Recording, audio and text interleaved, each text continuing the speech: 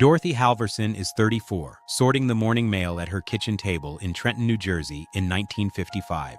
A chipped coffee cup steams beside a bank passbook. Her wedding ring hangs on a thin chain under her collar now, not her finger. One envelope reads, Mrs. Dorothy Halverson, not Mrs. Robert. She doesn't notice yet, but number 3 will show why a bank clerk could rewrite her entire future.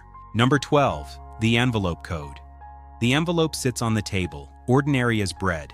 Mrs. Dorothy Halverson, it says, in typed ink. Etiquette writers of the era were specific about this. A married woman's envelope carried her husband's first name, not her own.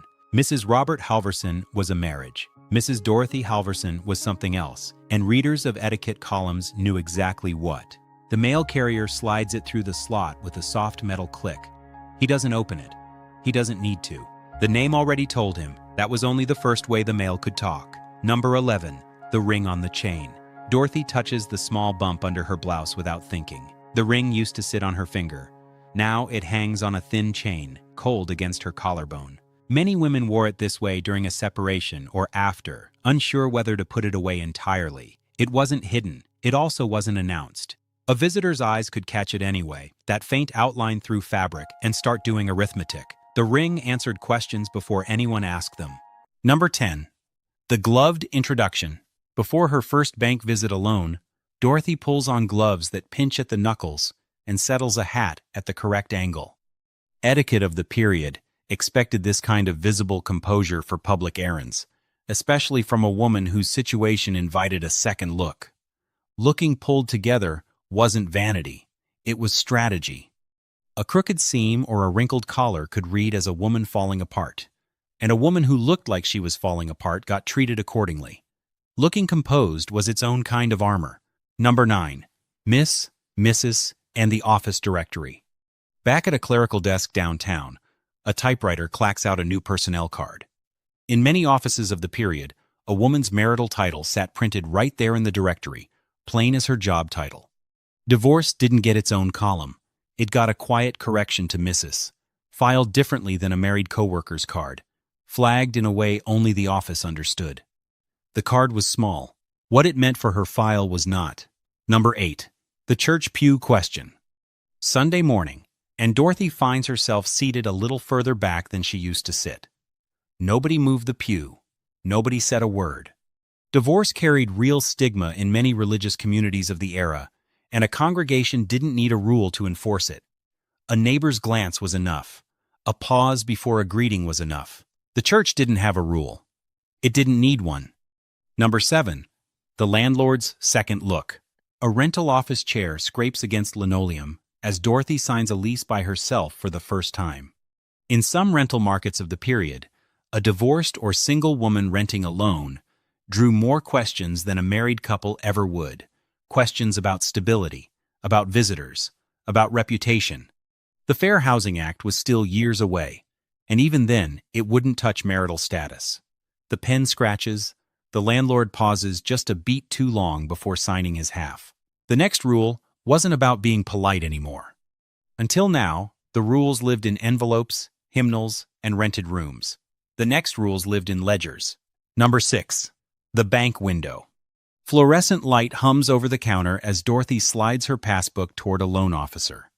She has paid every household bill for a decade. None of that history belongs to her on paper. Before the mid-1970s, a married woman's credit record accrued entirely under her husband's name, which meant a divorced woman often started over from nothing, treated as a risk simply for being divorced. The stamp comes down on the form with a flat, final thud. The paycheck was real. The credit was not. Number 5. The male cosigner rule. The application has 2 signature lines.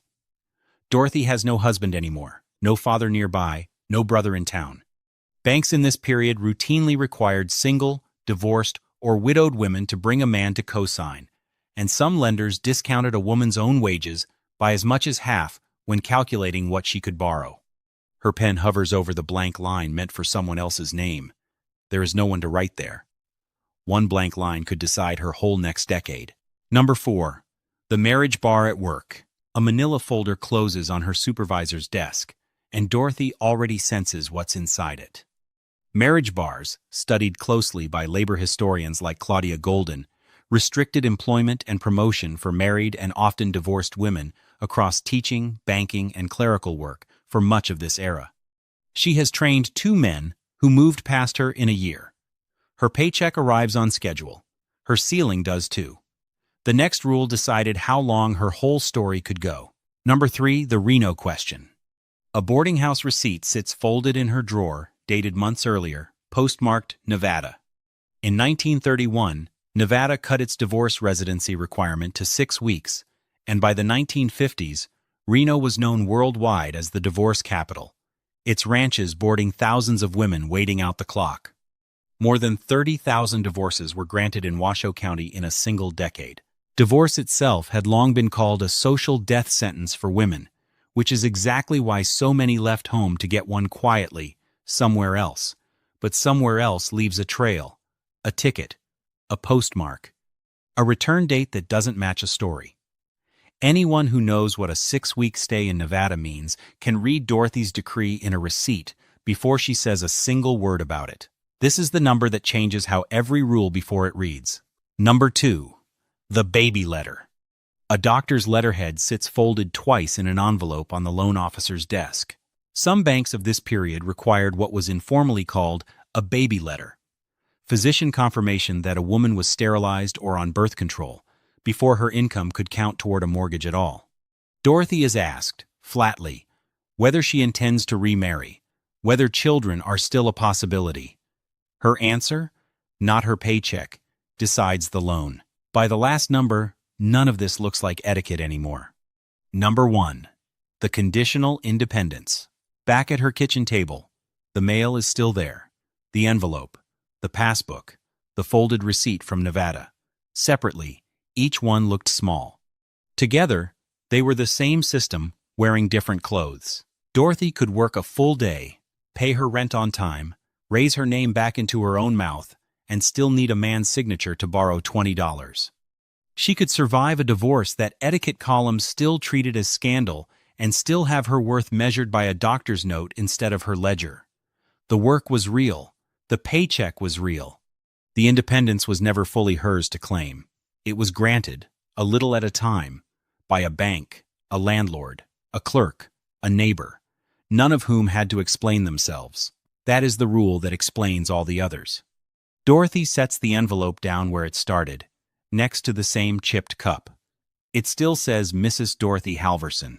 It still looks ordinary. But now you know what that name was doing before she ever opened her mouth. The written rules eventually changed. The unwritten ones lasted longer, because nobody ever had to defend them. If a name, a ring, or a form like this shaped someone in your family, tell us below and come with us to the next hidden rule.